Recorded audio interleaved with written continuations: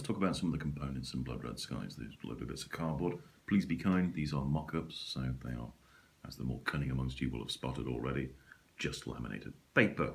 They will be card in the final product, of course. So let's talk you through what we've got. Down here at the bottom, this is your shooting guide.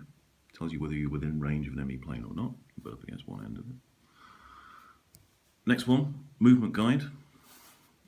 Again, you go into the cunning little slot at the end and measure how far you go along the track that way.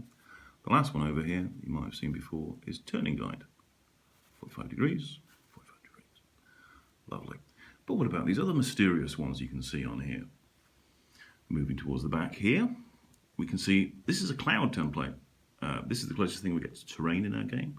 We do actually have barrage balloons as well, but clouds are a lot more common.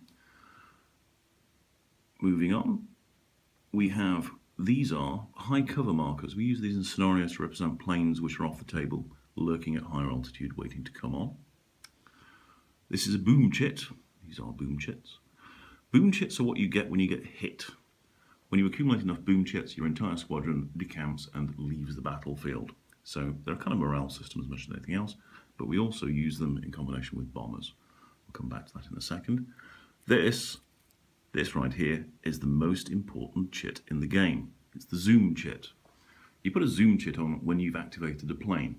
And because of how Blood Red Skies works with advantage levels, and they dictate your initiative order, and in fact you can lose advantage levels before you go, very important to put on your activation marker when you activate, otherwise things get very confusing very quickly.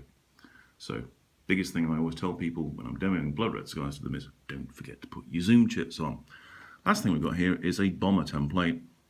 It's just a marker really to show an aircraft. Ideally we'd have a beautiful 3D plastic model for this, but the sky is not made of gold. So we have these. We have a Dornier 17 for the German side, and we also have a Blenheim as well for the Brit side.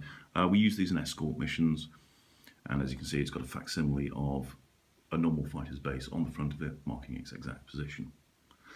I mentioned boom chits in relation to bombers earlier on. The slight difference you get with multi-engine aircraft is when they take a hit, instead of either losing an advantage level or their life, as a fighter does, they get the boom chit actually on the plane, showing one of its engines is out.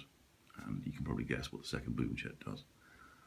So that's something about the markers in Blood Red Skies for you.